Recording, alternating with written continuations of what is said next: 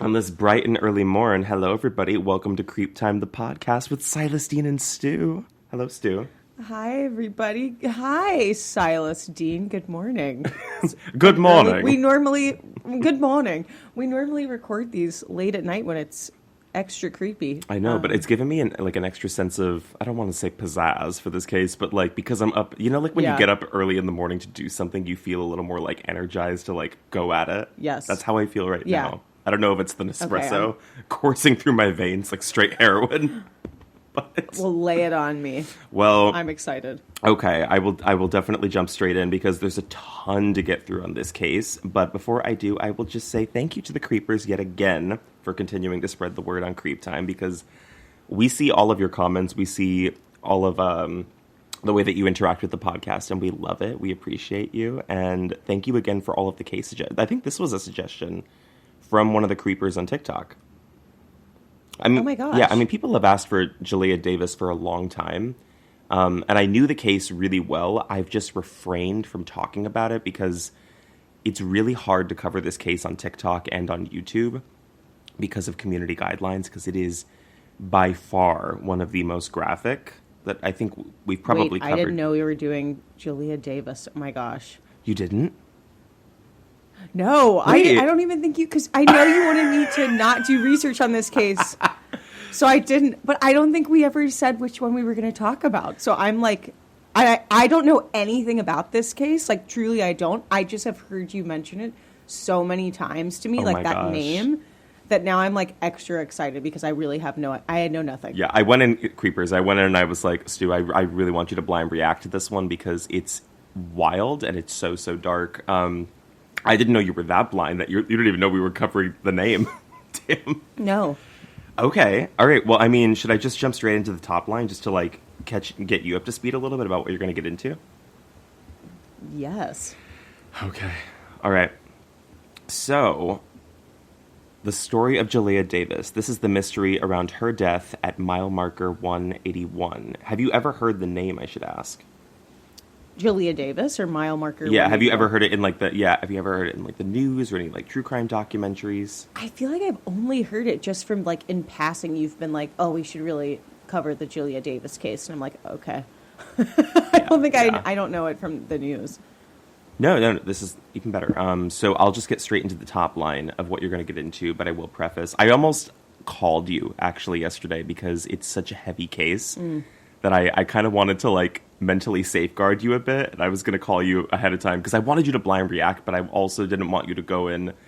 I was nervous about you going in to this fully not knowing how graphic it is. You were nervous about me spiraling. Let's be real. Honestly, anybody. I was because after reading this case, brushing up on the research yet again, I was losing sleep. And that doesn't happen very often anymore for me. Yeah. So I was I should call her. I should call Stu. Let her know. And Creepers, did that call happen? It did not. No. So you get ready for a spiral.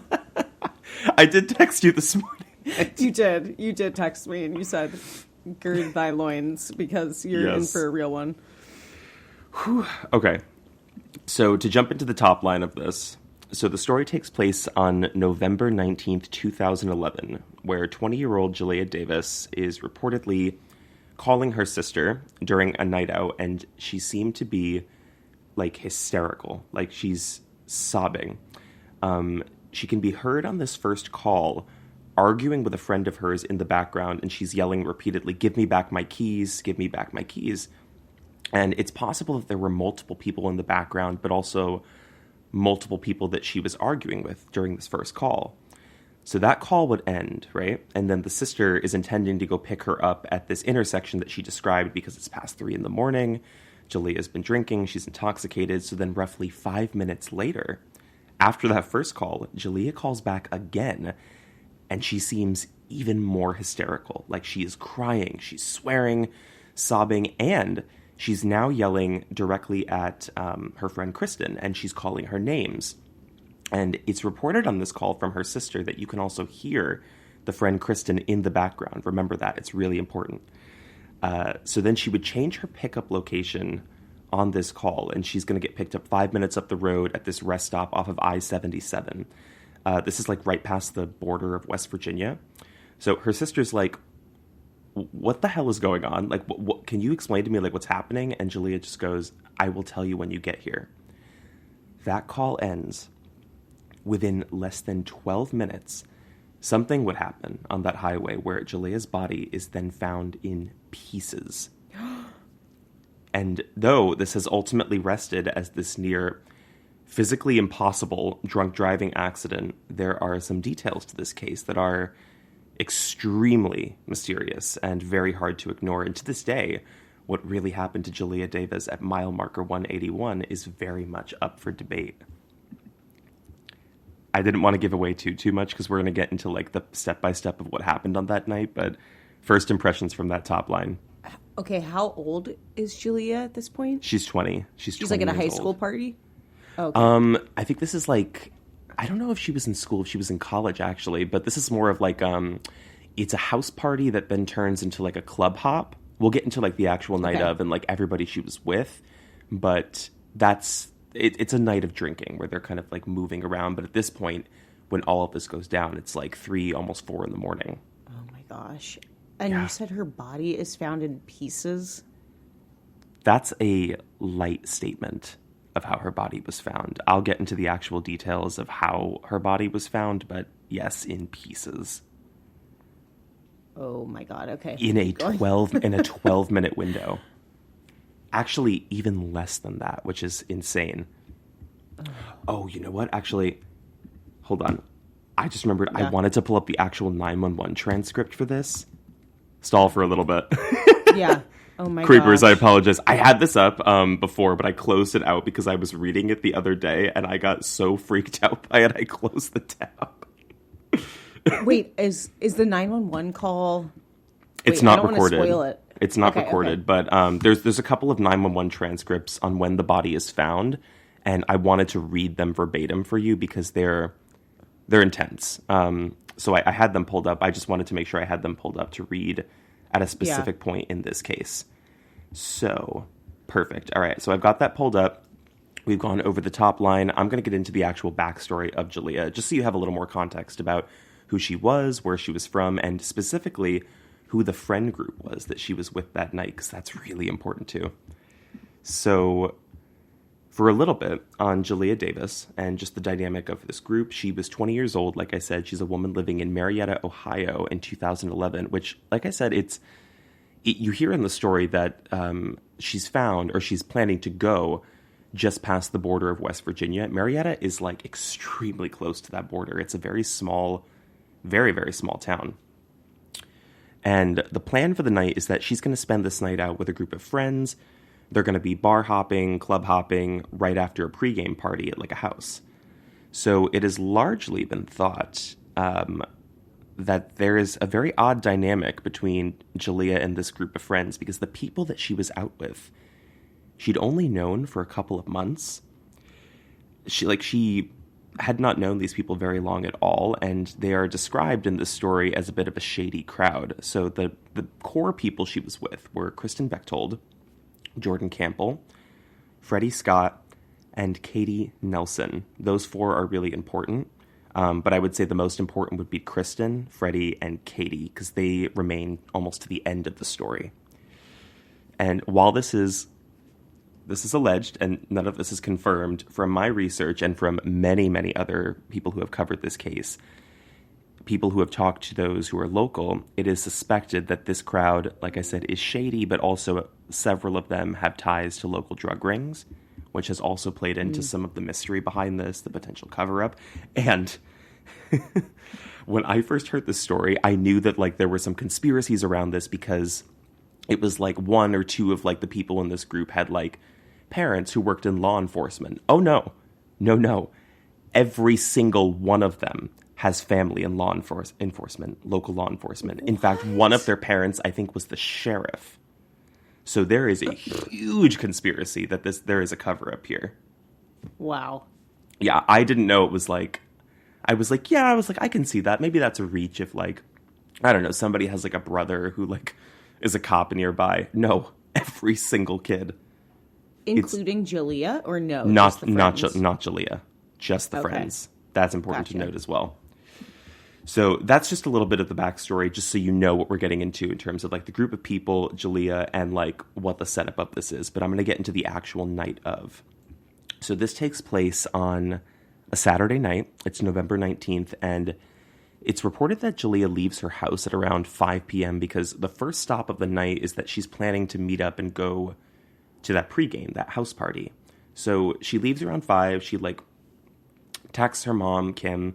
She's talking to her sister, Tabi, and she's going to be texting her sister throughout most of the night to stay in contact because I think the plan might have been that she's like the backup ride because Jaleayah does take her car, which is interesting. And according to the first statement of the timeline of the night, a lot of this, like the timeline is kind of pieced together between different statements from the people she was out with. So some things kind of like don't fully align, but we're going to adhere to their statements to try to figure out what they think the timeline was. So she leaves at 5, and then she ends up going to the house party, and she's there for a good number of hours. I think by this time we're like rolling around to like 10 p.m., 10 or 11, where the first statement comes from Kristen, who was with her, who claimed that Jaleayah was taking shots and took 28 shots of vodka. Okay, first of all, let's pause there. 28 shots of vodka? Wouldn't you be dead? Yeah, I was like, that's impossible. There's no way that's true. You'd be absolutely dead. Like, that's dead drunk. 28 shots of vodka. Which doesn't make sense with the rest of the story. So I call bull right off the bat from that state. I mean, have definitely. you ever even come close to that in the number of shots you've taken? What's the most you've taken in one night? Well, I'm not a shots person. Like right now, I can only stomach one in a night out. But in my heyday, I don't know. Glory maybe days. Like, in my glory days, maybe like 4, 28. You'd be absolutely out of commission, like probably on the verge of alcohol poisoning. 28 is stomach pump. For context, Yeah. there's a extremely dangerous tradition at a bar in Mexico that I read about where like on your 21st birthday, they make you take 21 shots, but they actually banned it because like, so there had been like deaths from it. And that's from like, you know, people who were taking 21 shots, 28, and then to go drink more because this is just at the house party. She says she took 28 shots at the house party, finished a bottle of vodka, and then they went out to go get more vodka. And this is the pregame before they're going to go out and drink more at the club. I'm like, something's already off. I don't buy that. Not a chance. Yeah. Yeah, it's kind of bull. So she claimed they finished that bottle of vodka. They're going to go out and they're going to buy another one to keep drinking. The next timestamp that we have confirmed is that the remainder, or whoever else was there for the group, they're now done with the pregame. They're going to go out to a club called the Nip and Q. And this is right around like midnight to 1 a.m.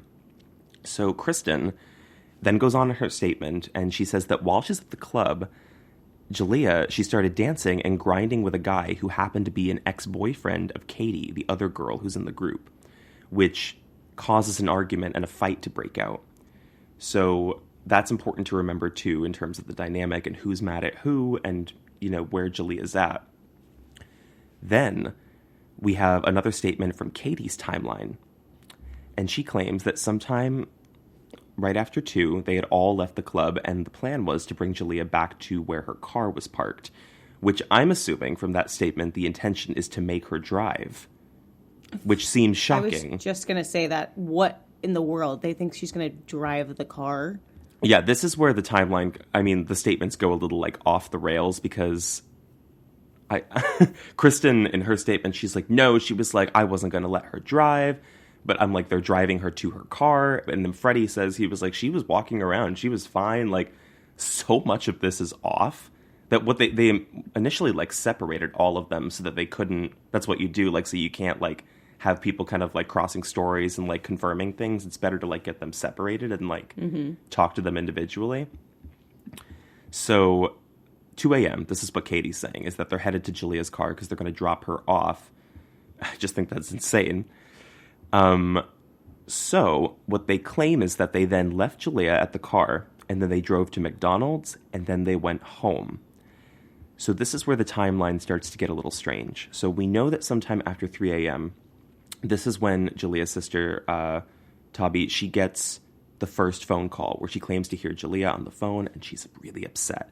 She's clearly in the middle of an argument with Kristen, and she's yelling at her, give me back my keys, give me my keys, which to me suggests that they weren't going to let her drive, or Kristen was planning to drive, right? Yeah, definitely. Yeah, but she also asks her sister to come pick her up at this intersection, I guess, where her car was parked at the time. So the argument is happening. Jaleayah's upset. She's kind of hysterical. Her sister is like, I'm going to come get you. Just stay there. So that call ends. And then, like I said, 5 minutes later, Jaleayah would call back, and she seems to be even worse. Like, she's sobbing. She's screaming. And according to her sister, you could hear Kristen's voice in the background, at least Kristen's voice. There might have been other people. And Jaleayah's cursing, and she's calling Kristen names. And it's unclear at this point to the sister, like, why she's so upset, like, why they're arguing. And she's like, what's going on? Can you tell me what's happening?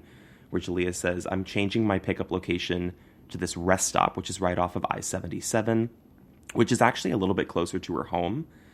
Even though it's like slightly past the border of West Virginia and this part of where they lived in Marietta. And she says, I'm going to tell you when you get here.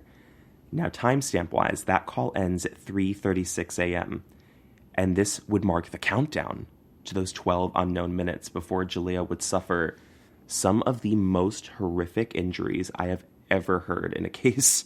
So if we back up a little bit and we just talk a little bit more about that final phone call, I want to go back to Kristen's statement to try to give some context and like color what the argument of that call was about, according to Kristen Bechtold. So what she says, according to her, she goes, Jaleayah's car was there. We brought her to her car because we were all going to figure out like what we're going to do next. But at the time, Jaleayah apparently was on the phone with a guy, some unknown guy who she was trying to meet up with. So then she hangs up. And at that point, Jaleayah comes back to like the group where there's Katie, there's Kristen, there's Freddie. I guess the other guy had already left them, apparently. And they're like, we're just going to get food and we're going to end up going back to somebody's house. And I think at this point, according to Kristen, Jaleayah got really upset because she's missing this keychain that she has. It's like it's a keychain that I think her sister gave her, and it's like a diamond encrusted J. And she never takes it off her keys. She loves this thing, but she's really upset because it's gone. And for some reason, she blames Kristen, which we would later come to find out was accurate to do because Kristen would have it in her possession. To this day, she has it in her possession, which is fucked. And the argument is because of that, because Jaleayah's like, you did something with it. You took my keychain. I want it back. And it's unclear if it's because Kristen took her keys, which it sounds like she did, because Jaleayah's like, give me my keys, give me my keys. So I'm trying to figure out like what that's about. If like Jaleayah's like, the keychain's missing, and Kristen's like, no, let me see your keys. It's got to be on there somewhere. And then Jaleayah's like, no, give me back my keys. I'll look for it. Or Kristen's like, give me your keys, you're not driving. And Jaleayah's like, no, give me my keys. I have to look for the thing in my car. There's like any number of reasons why Jaleayah could have been on the phone with her sister and heard saying, give me my keys to Kristen, right? Yeah. Wait, was it actually diamond encrusted? Like it was something really valuable, or just like she just loved the thing? I think it was actually diamond encrusted. It was a gift from her sister. And it was like it was like very important to her, and it was described as expensive, so I think it was like it had like a diamond in it, maybe. That could explain. I mean, it seems so weird. What would be the gain in like trying to take something valuable from someone? Like that doesn't really check out. So to me, it just seems like she didn't want her to drive or something. I think so. I mean, if we're giving the benefit of the doubt to Kristen, but that's what the argument is based on, is mostly Jaleayah being like looking for this wristlet, this keychain. So Kristen claims that since they thought Jaleayah had a pickup that was coming, being her sister, they left her there at her car, and they were like, you're sure you've got a ride? And that's the end of the story. So The family has weighed in on the keychain as well, and they've said they're like, this was really, really important to her, like I said. And because it's expensive, she would have kept it in, like, her possession the entire night. And it's really locked into her keys. So someone would have had to have deliberately taken it off, probably, for it to go missing. That's important to note, I think, just because we do have confirmation as of today that Kristen did, in fact, have that in her possession and continues to keep it, which I think is really, really messed up. Yeah. So Kristen is insistent that they confirmed that Jaleayah would not be driving because she was so far gone, but this also contradicts a statement that would come out at the time from Freddie Scott, the guy who was there, because according to Kristen, she's saying, she's like, Jaleayah was so fucked up that, like, there's no way we were going to let her drive, so we had to confirm she had a ride. Freddie's like, in his statement, he's like, no, he's like, we dropped her off and, like, we watched her get into her car because she was walking and she seemed fine. So now we've got two statements that are contradicting each other right off the bat about, like, what the final exchange was like. So to me, that suggests that call where Jaleayah's like, give me back my keys, was not about, like, I'm taking your keys, you're not driving. It was more so about the keychain. Ah, okay. I think. Just according to, like, that odd contradiction in Freddie's statement. So he claims that he saw Jaleayah get into the car, and he's saying, he's like, she wasn't really that drunk, even though we've got Kristen saying she took 28 shots. It's like the whole thing is muddy. So I'm going to gloss over that for now, and I'm going to get into the actual event, like what happens in the countdown of those 12 minutes. But before I launch into it, do you have any thoughts just about, like, the eerie, like, friend dynamic and, like, all this weird that's going on? Yeah, well, I'm wondering how intoxicated the rest of the group was and who was driving them back. So Freddie is the one who's driving, even though they were all described to have been drinking. So it's assumed that he was, like, drunk driving or buzz driving. But according to everyone else, he was not nearly as gone as Jaleayah. And according to her toxicology report from later in this case, I think her blood level was at 0.19, which I looked it up. I think that's the equivalent of, like, 7 drinks. So you would have... That's pretty high. Yeah, you would have, like, your motor functions would be impaired, for sure. Like, you're definitely too drunk to drive. So, but you're also not 28 shots deep. Like, that's... Yeah. Stomach pump, body shutting down, and my breath is becoming shallow. Yeah, because I know the blood alcohol limit is 0.08, right? So I think so, yeah. She was definitely above that, but 0.1 wouldn't be like you're almost dead. Like 28 shots, you'd probably be way higher than 0.19. Yeah, it's a little blurry. But I guess I'm just curious. I'm curious I guess about the dynamic between these people. I'm sure we'll get into it later on with these conflicting stories. Because if I'm Kristen, I'm going to be really freaked and worried, if I'm innocent, that what he just said completely contradicts what I've said. Oh, yeah. Well, it's funny because they all gave statements at different times, because after all of this shit goes down, Katie is encouraged by her parents to go in the morning of and talk to police. Actually, within like, I think 20 minutes of being officially informed about what happened to Jaleayah. Whereas Kristen refuses to talk to police. She actually gets an attorney day one. Which is never an admission of guilt, I can say. I mean, some people, you just lawyer up if something happens, but yeah, I don't know. A lot of people have said that that's a little funny. Yeah. Because if you're truly innocent, it's like you can't give a single statement to police about the last few moments you had with somebody before, apparently, or allegedly, where she says, this was the end of the story. We left her at her car, and then we went off to McDonald's, and that was the last time we saw her. And then something goes on 12 minutes later. Yeah, something ain't right. When we get into the actual state of, like, how the body was found, how the car was found, and this first 911 call that nobody talks about, where it's described... Okay, I'm going to launch into it, all right? Because I can't give away too much. So what actually goes on? So where we're at in the story, we know that Jaleayah she's at her car, either with somebody or alone or with a group of people. and the 12-minute countdown starts. So we have that gap of time where we don't actually know what happened just before these horrific events were uncovered. But the window, I learned, is actually even smaller than those 12 minutes. So the first 911 call that's recorded in the system, and it's just a transcript. We don't have audio of this. This comes in at 3:41 a.m., which is just 5 minutes after that last call that Jaleayah made to her sister, where she was like, "I'll tell you when you get here," kind of thing. Because her sister's like, "What is going on? Why are you so upset?" So the call is reported about something that's going on at mile marker 181. And I'm going to read just a little bit of what that first call says.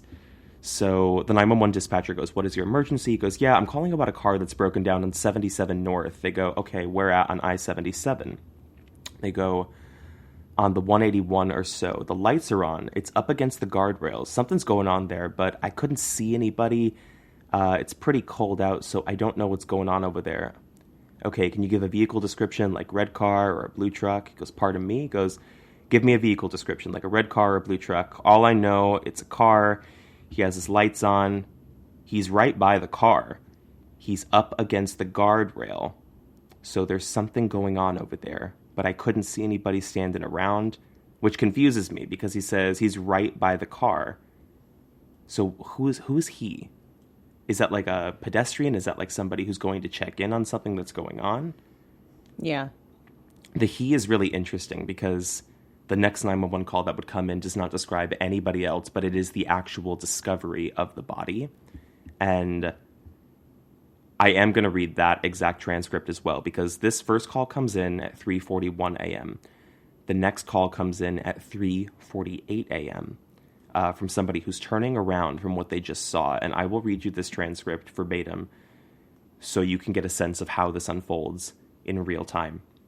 So to tee this up, I think it's a father who had his son in the car, who was coming home extremely late from somewhere, who passed this, thought he saw what he saw, and had to pull over and walk back to confirm. So this is the transcript. It reads as follows. "Stay in the vehicle. I'm going to keep the doors locked. Just stay here." They go, "What is your emergency?" "Sir, I'm at the 181 6-mile marker northbound on I-77. I cannot make a confirmation of this right now. I'm walking back. I think I just seen a human being lying dead on the highway, sir." They go, "Okay, and you walked away from your vehicle?" He goes, "I'm getting out of my vehicle. I'm walking back. I seen the person." They go, "You think you're at 181? 181 mile marker, sir. I haven't confirmed it yet." "Okay, your name, sir?" They go, "My name is blank." This is censored out. "We drove, and it's dark and you can't see, and I'm just about pretty sure it might have been a person. Gosh, I really don't want to walk back here. You know what I'm saying?" They go, "I understand what you're saying. If you don't feel comfortable with what you're doing, sir, you don't have to. Stay where you're at, and I'll have somebody come out there. I'm getting closer to it. I'm hoping it's a deer, sir. I really am. I'm pretty sure I saw what I saw. Oh, man. I really am. In fact, there's some other people. I don't know if you're getting phone calls, but there are other people who just stopped at the bottom of the hill. Oh, man. Okay, sir. Do you know what your cell phone number is?" And then they confirm the cell phone number. He goes, "I'm getting closer to it. Oh, man. I'm hoping it's a deer. I'm hoping. I can't. I got my boy." "Yes, sir. I'm pulled along the guardrail. There's a chemical tanker truck that just pulled over. I'm getting closer to it. There is a semi-trucker that's coming at it. Oh, he's coming closer right now. Stay over here. Stay over here." He's kind of like ushering him to like stay on the other side of the road. "Stay over here. Oh my gosh, I can't get over here. The traffic." "Yes, sir." "Confirmation. It's a human body. Oh my gosh." They go, "Do you want to check if this person is still alive or breathing?" "Sir, there's parts of him. I can't. Oh my God. Oh my God." "Sir, turn around. Don't look at him." "Okay, turn around. Don't look at him." "Oh my gosh, sir, you need to hurry and get people here, please." "Okay, we got people on the way out there, sir. Can I start stopping traffic? This might be a crime scene, right? Do you have a flashlight? I don't want you getting hit or anything." I do. No, another person just hit him. Oh my God. If you can get the county sheriff's department here as soon as possible, sir." And then it sort of goes on to just describe what exactly they're seeing, but reading that transcript, and I had it read to me actually before was so chilling. But it tells us a few things. One, we know that the body was discovered in pieces at this point, and we know that the body was then run over after it was already discovered in pieces by another truck. So the state of her body was unbelievable. She's found naked from the waist up. One of her breasts was completely severed, missing. One of her legs had been snapped at the hip, completely in half, and she was found fully decapitated. Her car is found 0.2 of a mile up the road, still running, with the headlights on. Allegedly, the doors are locked, and surprisingly, the car itself has very little damage.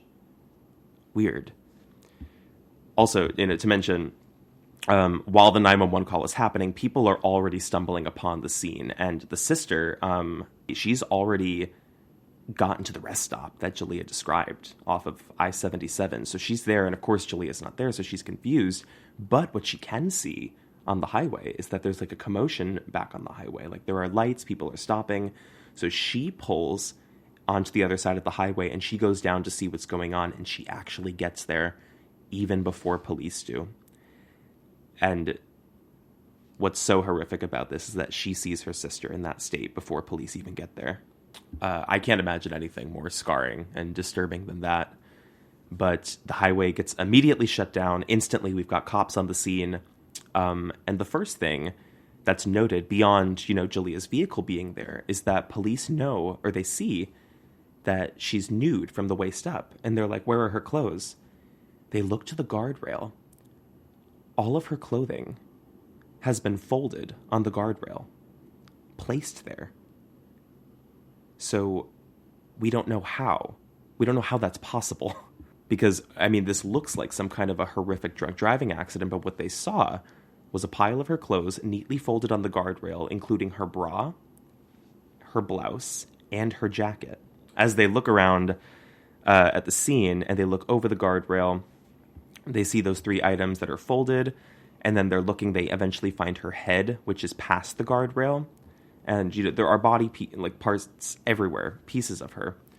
And on top of that, there are just some difficult details to explain. They're trying to figure out, if this was some kind of wild drunk driving accident that they're piecing together right off the bat, how her clothes ended up like that, or if they ended up ripped off her body, how they were folded onto a guardrail in that order. Because it's actually reverse order of how they probably would have been ripped off. So that happens, and as police are at the scene, it's now rolling around to 4 a.m. They're immediately, taking witness accounts. They talk to the sister. The entire area is, being surveyed, and it's just blood and body parts everywhere. But in the moment, they're assuming it is just an accident. So before I get into the actual investigation of that morning, what are your thoughts on all of that unfolding? I know that was really heavy. Did you see my face as you continued to describe? I am... Wow. I am blown away by a couple of things stand out to me. The fact that this man got out of his car, walked, and was brave enough to do that is... And think, as you kept reading the transcript, I was like, please don't turn around. Please don't turn around, because as horrific as it is, to get a real-time description like that from him was, I'm sure, invaluable to the case and just completely trying to piece it together. So that was my first thought. And when you were like, okay, he found it, I was like, ooh, thank God. The clothing, the breast, and the head, to me, I feel like this was a personal attack killing.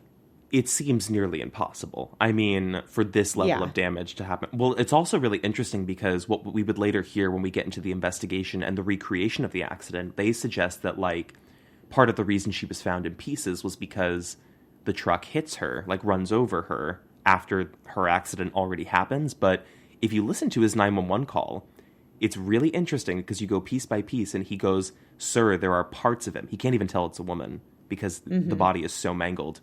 There are parts of him. So she's already in pieces. And then he says, oh, a truck just hit him. So that kind of misaligns with how the accident is described.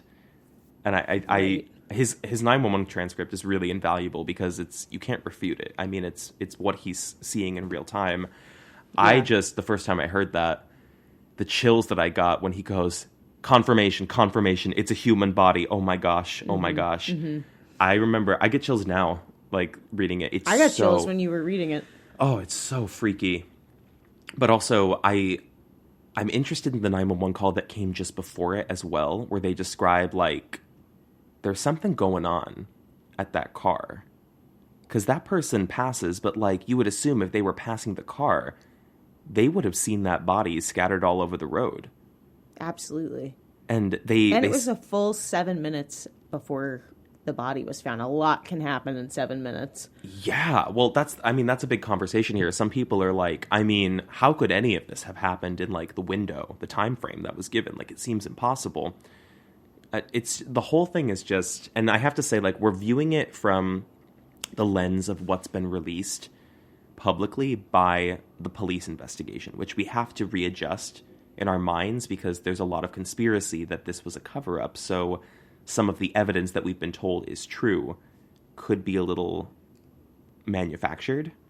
Because there's quite a few things here that contradict themselves, especially with what we learn was initially told to the mother and then retracted by police. It's really, really interesting to think about this through the lens of, like, conspiracy and cover-up. So I'm going to dive back into the investigation, and I'm going to keep with the momentum of this morning. So, like, this incident happens, rather. It's around 4 a.m, and it would take several hours of them, like, investigating the scene, starting the cleanup, because the highway is a wreck. And we're rolling around to, like, 7 a.m., where police are now headed to Kristen's house to inform her of the accident because they want to ask her questions. They know that she, among other people, were out with Jaleayah that night because, again, they've already talked to Jaleayah's sister. And Jaleayah's sister is like, she was fighting on the phone with her friend Kristen, etc., etc. So what's interesting about this detail about arriving at Kristen's house, police noted upon getting to the driveway, there are 2 vehicles in her driveway. There's a Cadillac and a Dodge, one of which had significantly less frost on it that morning. So police have said in their official statement, or at the time, they were like, this suggests to us that the car was driven very recently that morning. It was still hot, which is why it didn't have frost on it. So when we're talking about recently that morning, we're not talking about, like, when they got home at, like, 3 or 4, like they said. We're talking about, like, that person was out and about at, like, 6 a.m., 6:30 in the morning, doing something. So they leave. They just leave their card, like, kind of wedged in the door to, like, give us a call back, talk to us. Roughly 20 minutes after that, Katie actually voluntarily goes into the police station on her own. Her parents encourage her to go there and give a statement and detail exactly what happened last night, her last interaction with Jaleayah, and, like, try to set her story straight. So I'm assuming at this point, some of the phone calls have sort of circulated. I'm sure the group of people she was with that night had gotten word by that time in the morning, like, Jaleayah's dead. Like, Jaleayah's dead, unless some of them already knew. Because that seems extremely... preemptive isn't the right word, but immediate. It was very immediate for Kristen 20 minutes after police are, like, officially starting their, like, door knock situation to be like, what did you see last night? Katie's already at the station giving a statement. Yeah. So Katie felt the need to go in, articulate her story. Kristen, like I said, takes the completely opposite approach. She refuses to speak to police and immediately lawyers up. She has an attorney by the following day. Which, how do you feel about that? I mean, because like I said, getting an attorney is not an admission of guilt. It's just what you do when, like, a horrific situation happens, especially when it comes to, like, someone who was drunk driving, potentially, who you were the last person to see if you saw them get into their car or allowed them to get into their car. Right.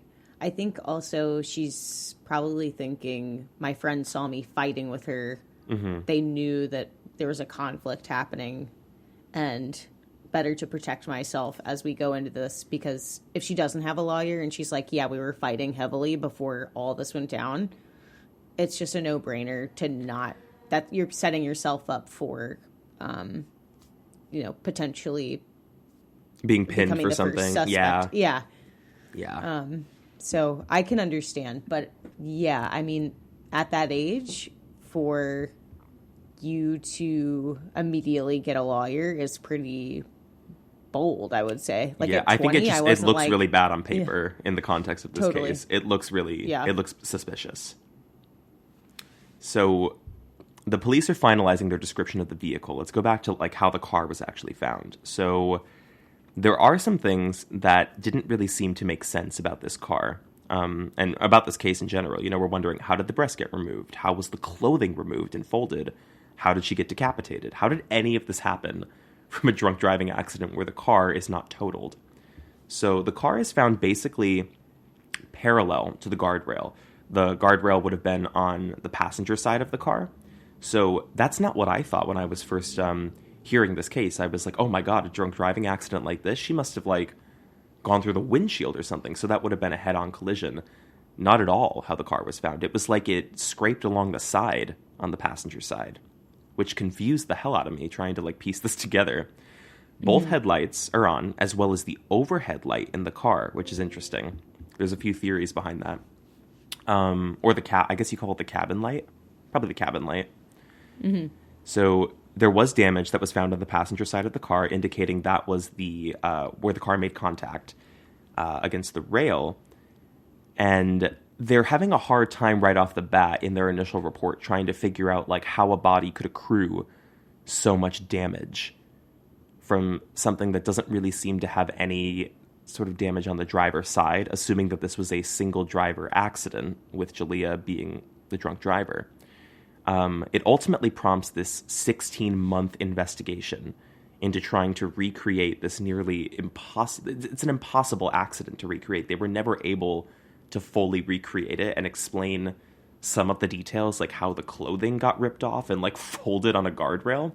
They were never able to piece that together. So based on this investigation, they have suggested that how this went down is that the overhead light, or the cabin light rather, in the car was on, indicating that Jaleayah's driving and she's trying to get to the pickup spot, but she turns on the cabin light because she's possibly still looking for that missing keychain. She's looking for something in her car. Maybe she dropped her phone or something. And then without watching the road, she then makes contact on the passenger side with the guardrail. So what we then believe happened is that from the impact of that, she had no seatbelt on. She's thrown forward to the side of impact because there is a crack in the windshield on the passenger side. So they think she's thrown forward to the passenger side from the driver's side. Her back cracks the windshield. This sounds insane. And then it flings her to the passenger seat window where her body smashes through the window and is now half hanging outside of the car. So at this point, the car is still in motion, and they believe it was grinding up against the rail, and it's slamming her body repeatedly against the beams of the guardrail, which they think is when her breast was cut off. They think that's when she was decapitated. It happened from being slammed up against the guardrail. Somehow, they think the force of this then flung her body, the rest of her body, out of the car, up into the air, over the car. She hits the top of the car where she starts spinning 360 and then rolls down the back because there is a large amount of blood that's found on the back of the car. This is the only place on the car where blood is found. But there's no dent to suggest that like her body slammed from the air onto the car. So they think that she spins, rolls to the back of the car, gets blood on the back of the car, and then rolls off the back. And then according to their statement, they think at that exact moment is when a semi-truck was passing and didn't see the accident happen because they think the back wheel of a semi-truck caught the rest of her body, and that's when the body was like split into pieces. Like the leg gets broken, the body kind of gets scattered. So this is the formal explanation that's given to sort of detail the accident and how this was possible and why they would end up ruling it an accident. But that is really, really something. Like, I don't know very much about like accident recreation, but the physics of that seem very impossible to me. As you were describing it, I was like trying to envision how that would happen. she would have had to have been going so fast.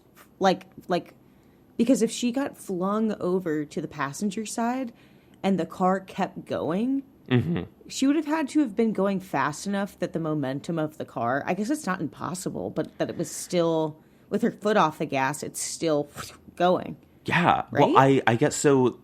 Eventually, there's a couple of contradicting things here because apparently there's a Kia engineer who was able to like pull the black box of a car, which is basically like a little like computer in the car that measures or records data during accidents like this because it's used for investigations. It's like, okay, and a collision was detected, so like which airbags went off, like how fast was the speedometer going. So according to that, she was going around 70 miles per hour, which is pretty fast. Yeah, that is fast. It's pretty fast.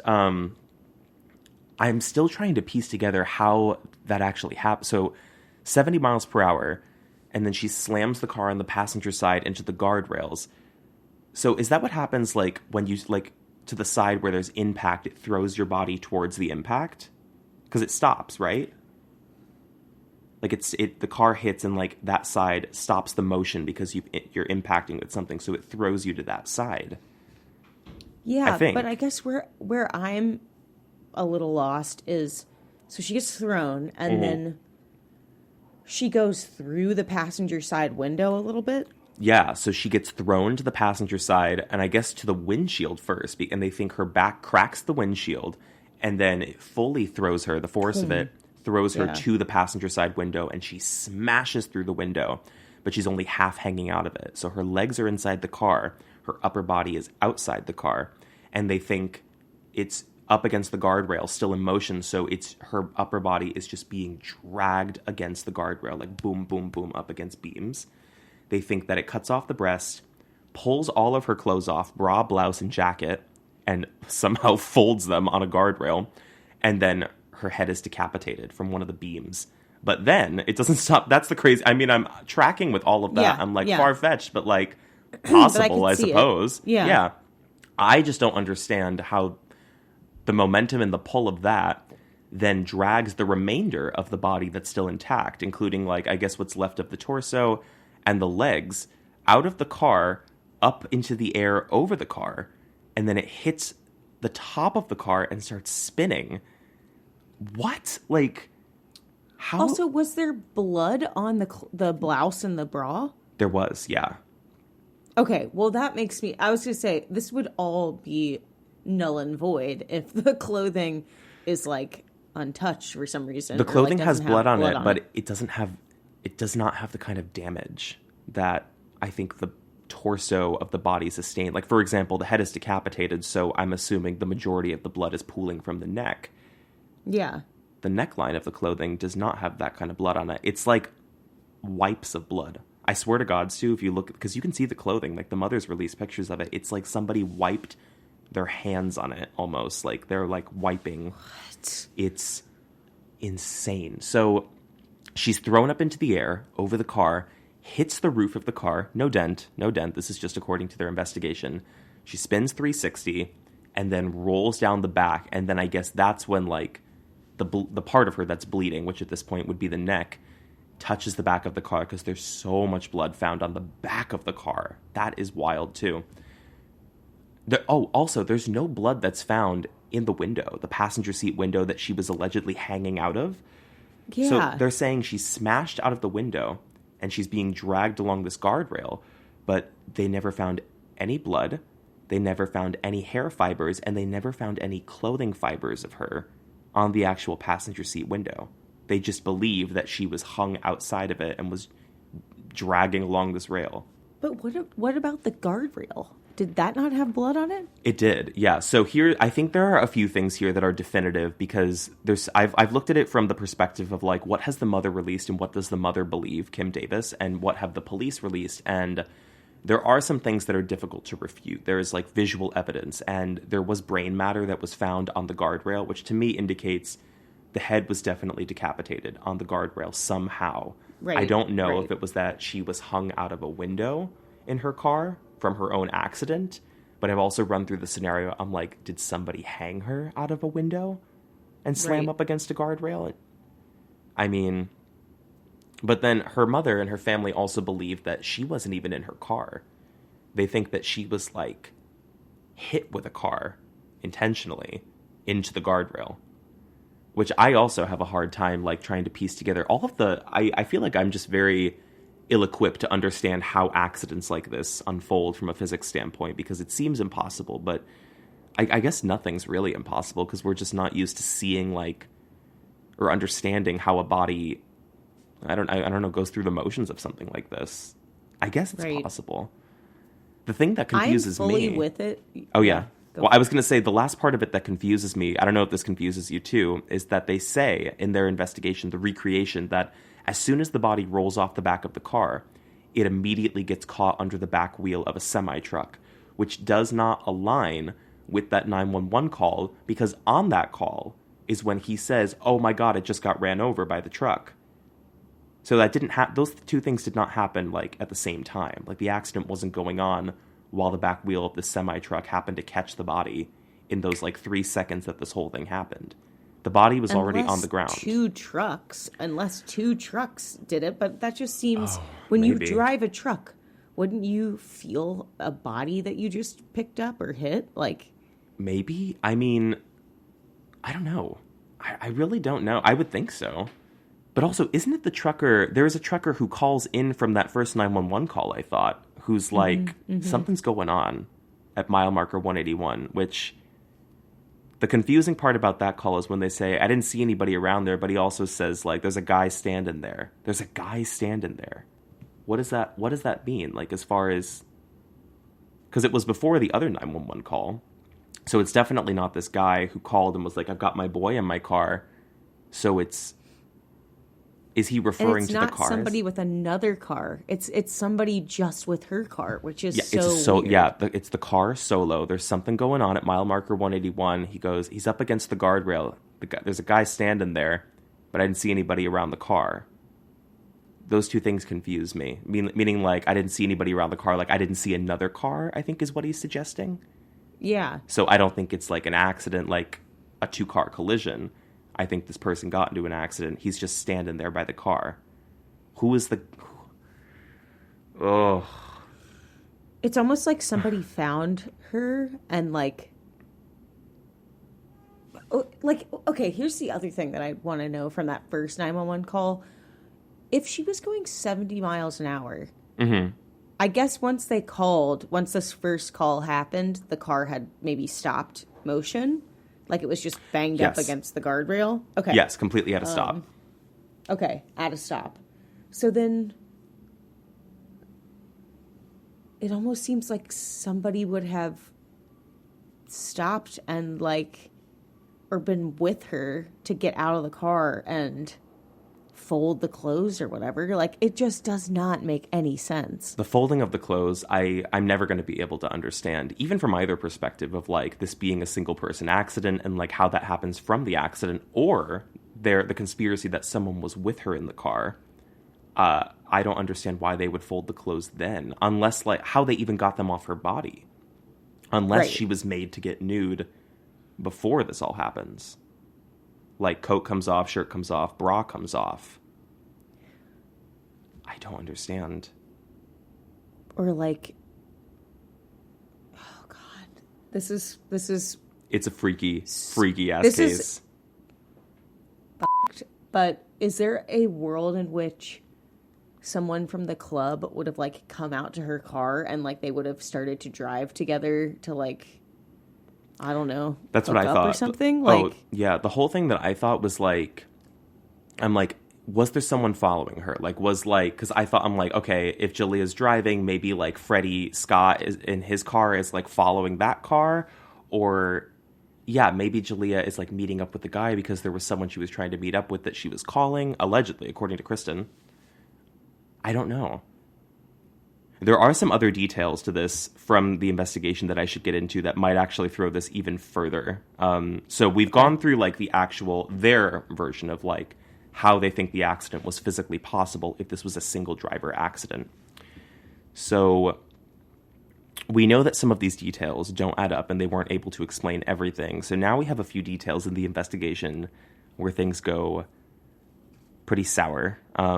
like I said, they were never able to recreate how the clothing was removed in that reverse order, because what's logical is that, okay, if she's being hung out of the car, the body is slamming up against the guardrail, and that's when they think the clothing was ripped off of her body, it would most likely be in the reverse order. The jacket gets ripped off first, and then the blouse, and then I suppose the bra.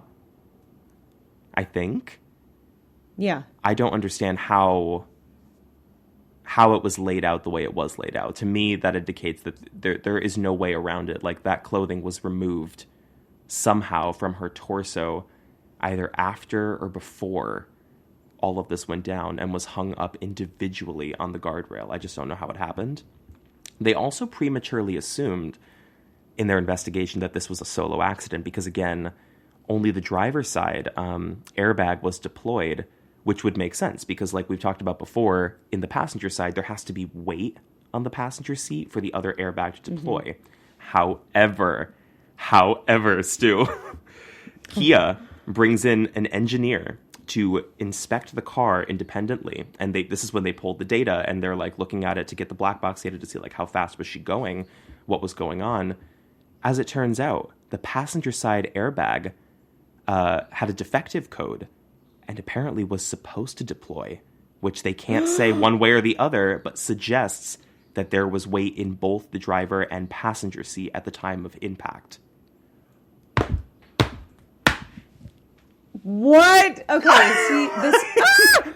Okay, this is where my like weird hookup theory is coming from. That like, what if she had taken off her shirt or whatever, like maybe with somebody? I don't know. This is alleged. This is all a theory, but like, she had taken off her shirt or something, and like, what if she was in the passenger side and somebody else was driving the car? I mean, that would make a lot of sense considering if Jaleayah's very drunk. Someone comes to hook up with her, he's like, oh, I'll drive kind of thing. Yeah. Yeah. It's really, I thought about this last night a lot because I was going through a lot of these scenarios too about like the hookup possibility or like the possibility of sexual assault if this was like something of Kristen, Katie, and Freddie's doing where they're like, because like they're really dark theories, but I think you have to think about things through this lens to try to explain some of the unexplainable. Because if you don't, and if you just keep it quiet for niceties, you don't really get to like the meat of the case. But I ran through a scenario. I was like, it seems like fights and altercations were already breaking out with the group. So I would not put it past this group to do something horrific and shady to this girl, or even sexually assault her, or like take off your clothes kind of thing, like something horrific like that. And then it goes even further where like someone tries to hit her with her own car or with their car. I should also say, like, why was that car in Kristen's driveway? Why had it been out early that morning? Was it taken somewhere to go get washed? Was it taken to, like, a friend's shop to go get a dent, popped out? Like, I'm just saying, but... Yeah. I'll keep going. So when I read that about the Kia engineer and the defective passenger seat airbag, I was like, we're back in, like... Right. There's something that went on here. So this opened up the other theory that, of course, Jaleayah was not alone in that vehicle and that someone or the group might have been driving the car and had gotten into the accident themselves. So, like you said, Jaleayah, it might have been that she was the passenger in that car, and we knew that she went through the passenger seat window according to this description in their investigation, and that's when everything got ripped off, the decapitation. But... what was really odd was that her passenger seat had a bunch of stuff in it, like random items that were thrown into the seat, which her family believes doesn't make sense with the accident, because if there was enough force that threw her body from the driver's side to the passenger side and then through the window, how these items were not disturbed, it almost looks like the accident happened and then someone grabbed a bunch of from inside her car and threw it in the passenger seat to make it look like she was driving alone. Right? Yes. What was also odd that the parents noted that hasn't really been touched on in the investigation and can be seen in the crime scene photos, the glass of the passenger side window was found, of the broken window, was found inside the car, which suggests that the smashing came from the outside. not from her body Right. smashing outwardly, because then the glass would go outside of the car. It's not, I mean, nothing's impossible, I suppose, but the family has said this looks greatly staged. Like, it looks like a fake accident, kind of. Which we don't know how much happened from, like, the group or whoever we're alleging might have done this to her, and we don't know how much happened from police who were covering ass for people. Mm-hmm. So then, let's see. The family has said they believe that the car was very quickly staged. The pile of random things that was thrown in the passenger seat that didn't seem to make sense.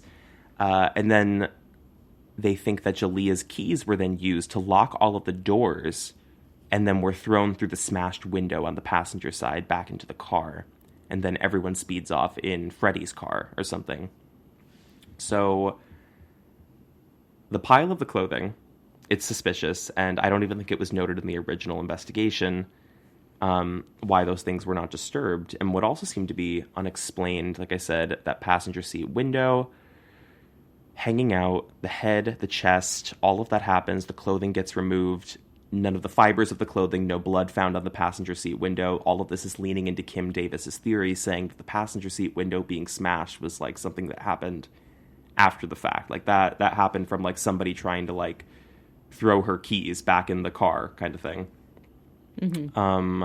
Her mother claims to have been told early on in the accident that her daughter's car, she was told this by police, she claims, her daughter's car was found in park. That is impossible. What? That's impossible. There is no way, if this was a single person accident, that this happened to Jaleayah from her driving and her car was found in park. Yeah, not a chance. It couldn't happen. I mean, it couldn't happen from like the way the accident was described. The car was in motion while all of this was going on, while she's being flung out of the window, and that's how all of this happened. So police have denied that they've ever said this to her, but she claims when she was told about the accident, because she said that the first responding officers even mentioned that this sounded like the scene looked suspicious, and they said the car was found in park. They had later retracted that, and they said, no, it wasn't. It was in drive. So we don't really know what's the truth here. But what's also interesting about this case, and what kind of misaligns during the investigation. So those three friends that claimed, right, that they dropped Jaleayah off, and they were like, we just dropped her off at her car, and then we were going to go to McDonald's, then we were going to go back to someone's house. We apparently get CCTV footage from the McDonald's. This is really interesting to these timestamps. Pay attention to this, because, like, the CCTV footage comes from McDonald's that shows Freddie's car and Freddie at the drive-thru. There are two people, other people in the car. You cannot see who they are. You cannot tell if they're men or women. But we know there were two other people in the car. According to this story, it makes sense that it's Kristen and Katie, because that's what they said. We went with Freddie to McDonald's.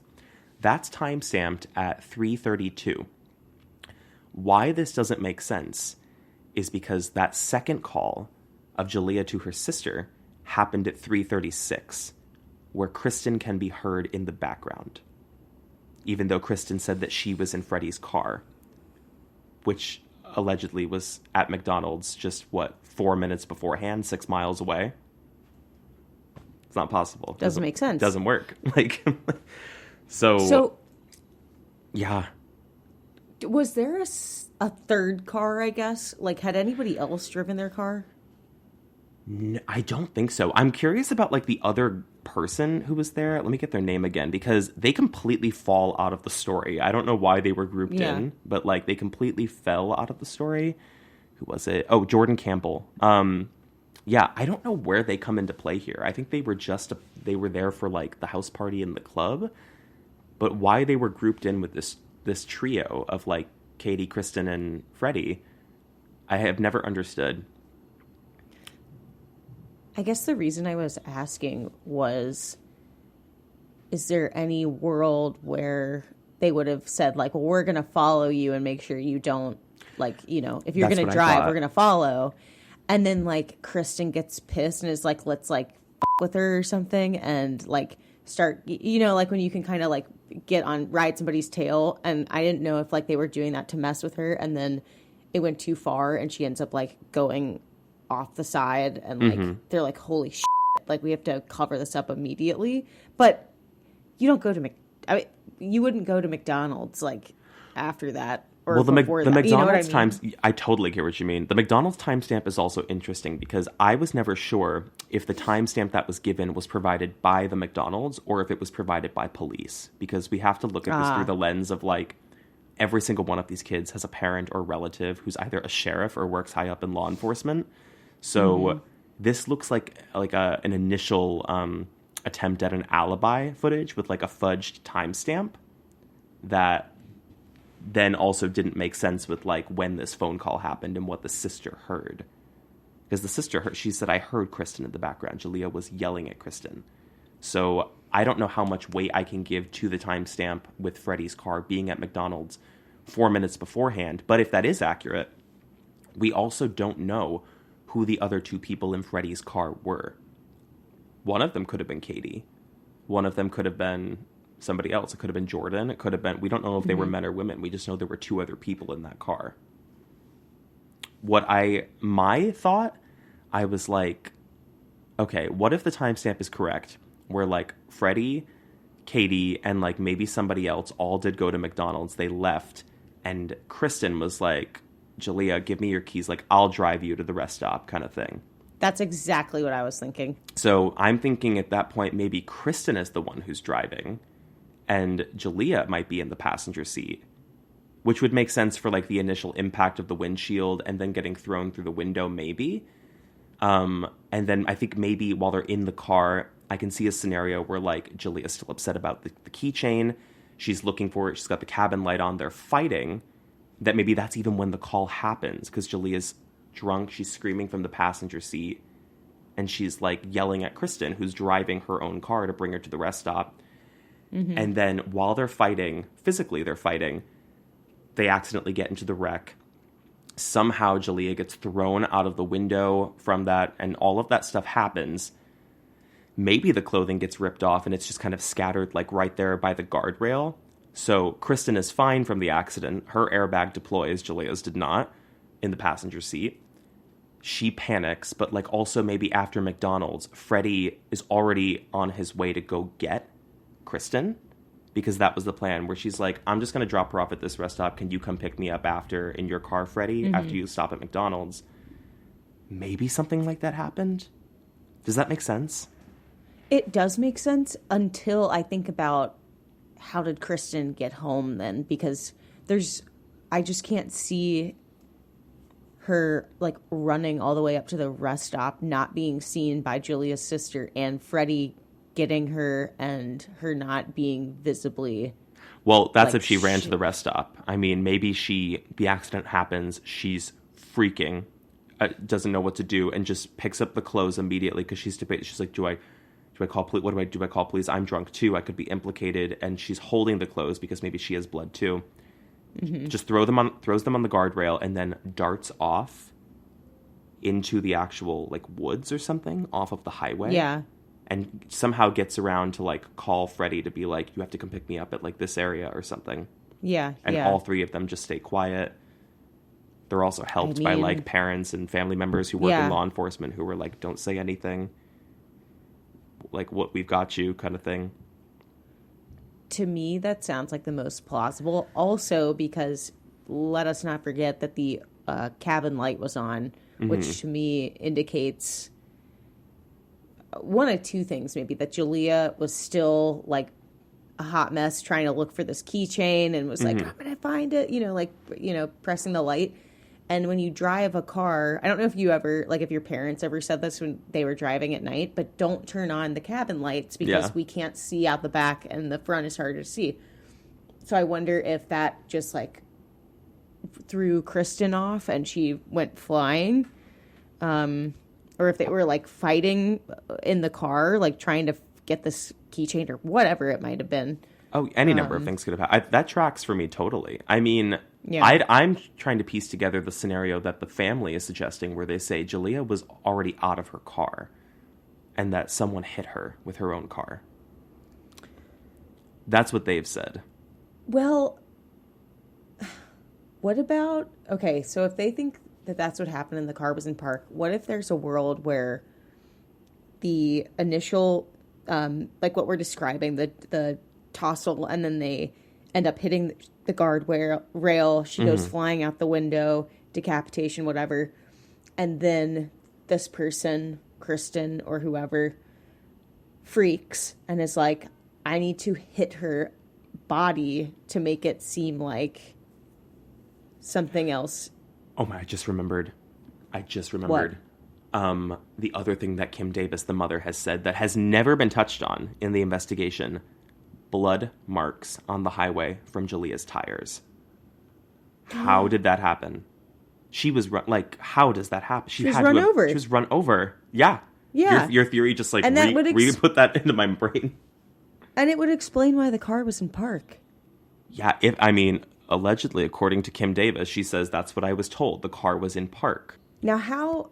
I'm probably jumping ahead, but I'm sure they scrubbed the inside of that car for evidence, like DNA. Well, again, we have to take all of it with a grain of salt, because I don't know how much of the evidence that's been presented has been messed with. You know what I mean? Right. If we're talking about multiple levels of law enforcement up to the sheriff level, there are quite a few people who could go into a system and type in a few things or erase a few things. They claimed in their evidence, they said that there was airbag residue that was found on Jaleayah's head, which suggests that she was the one who was driving.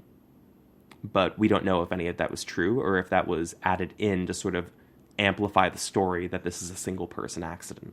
I feel like the airbag residue could absolutely be on, from initial impact.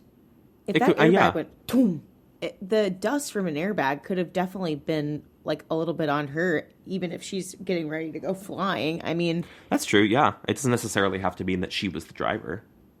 Right. It's such a weird, eerie case. I mean, how do you feel overall? Do you really feel like there is something sinister and suspicious here, or do you feel like this is something that it's bizarre to talk about, but ultimately it was possibly just an accident?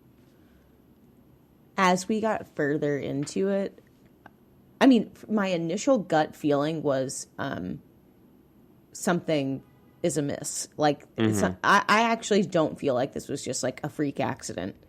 I do think somebody else was there, because I don't think you have that much conflict and that much drunk ridiculousness to just let your friend go off and you know what I'm saying?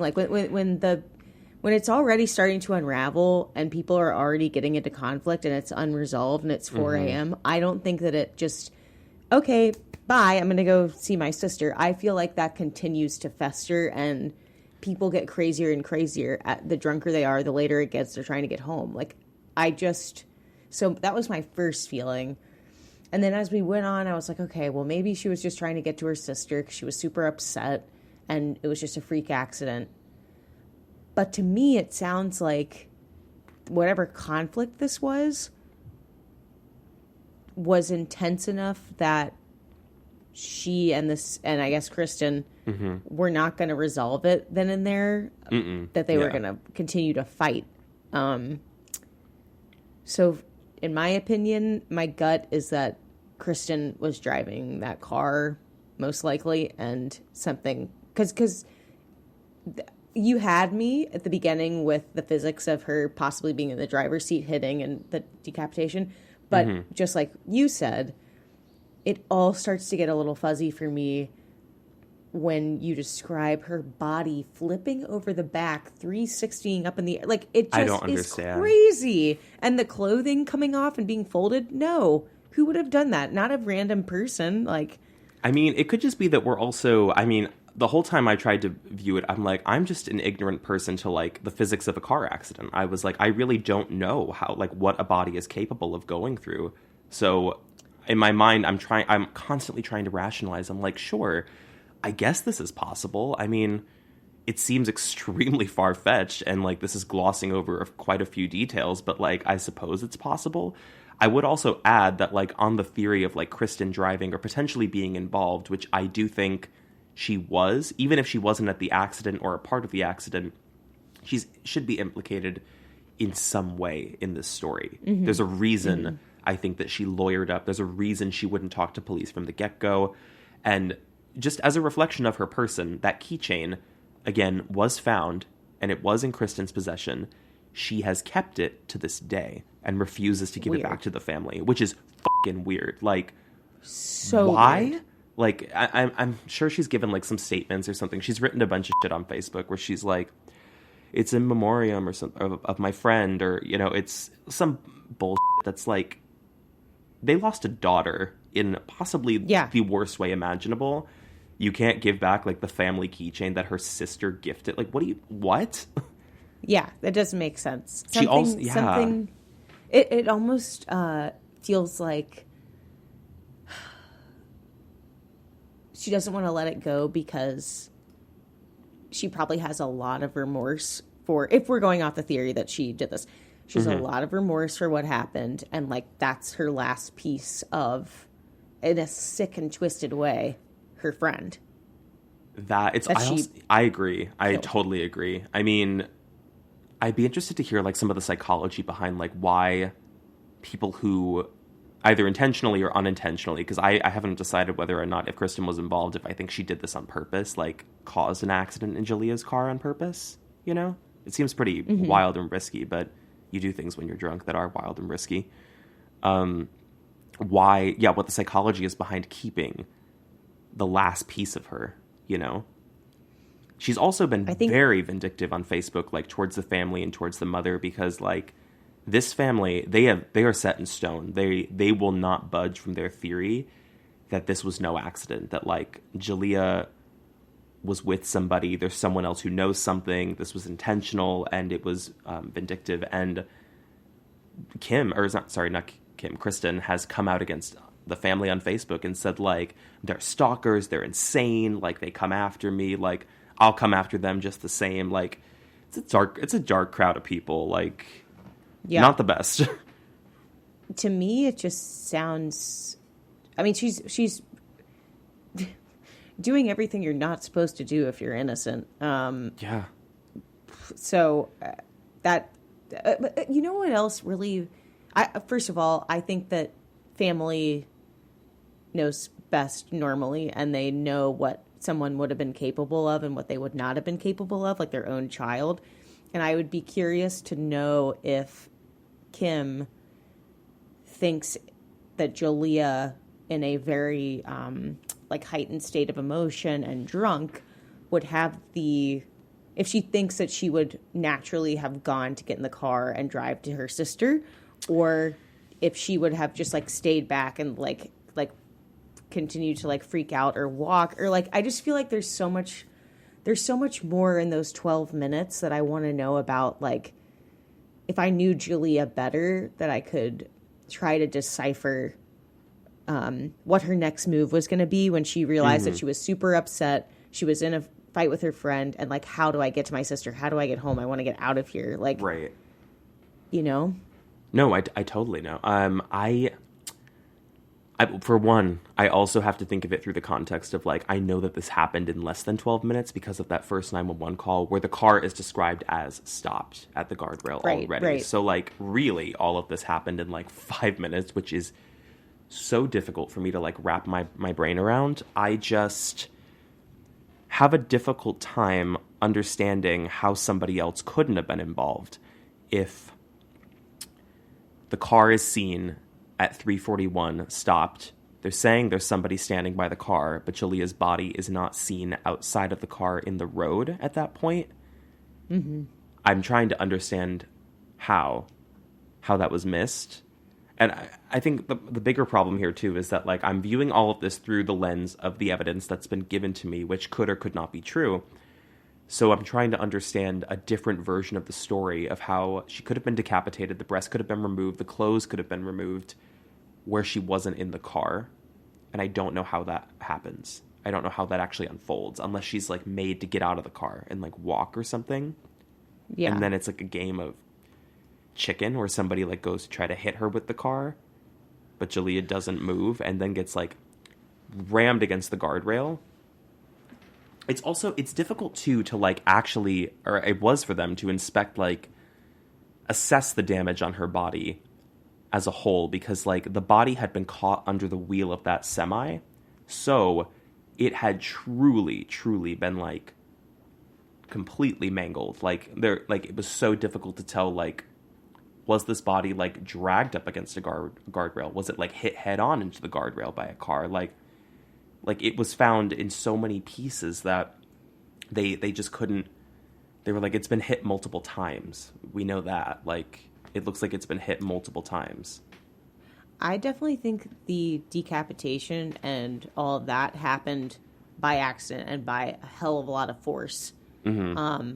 I don't think that when you're drunk and your motor functions are impaired that you'd be capable of figuring out how to hit it just right so that she's going to get decapitated. You know what I mean? Yeah. Like, so it definitely to me seems like that was the first chunk of it all going wrong. And then the second chunk, unfortunately, this person decided to stage it and try to make it look like something.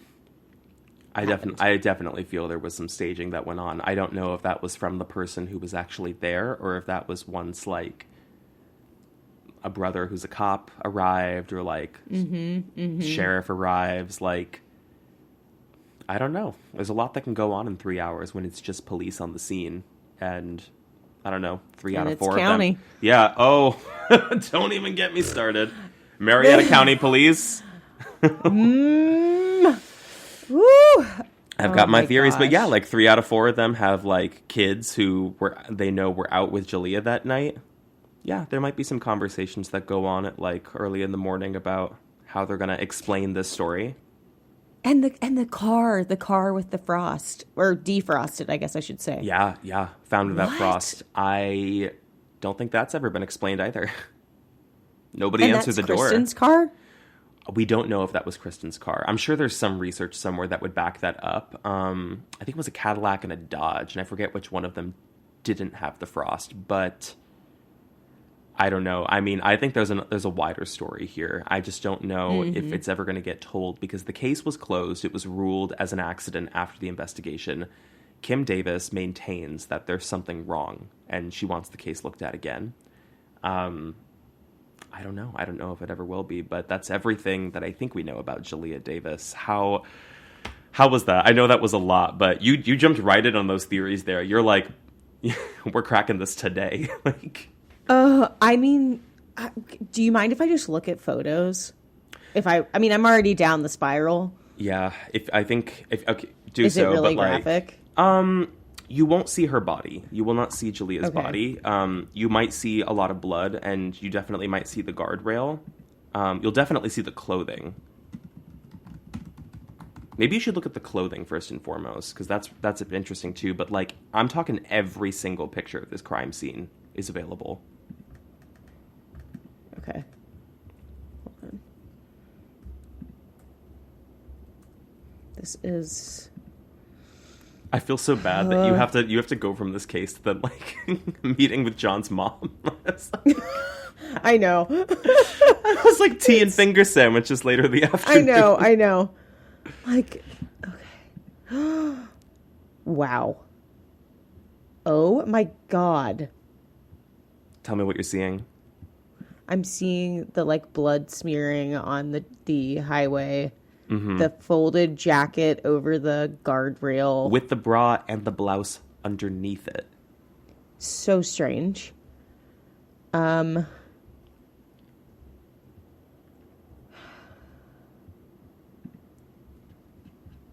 my gosh.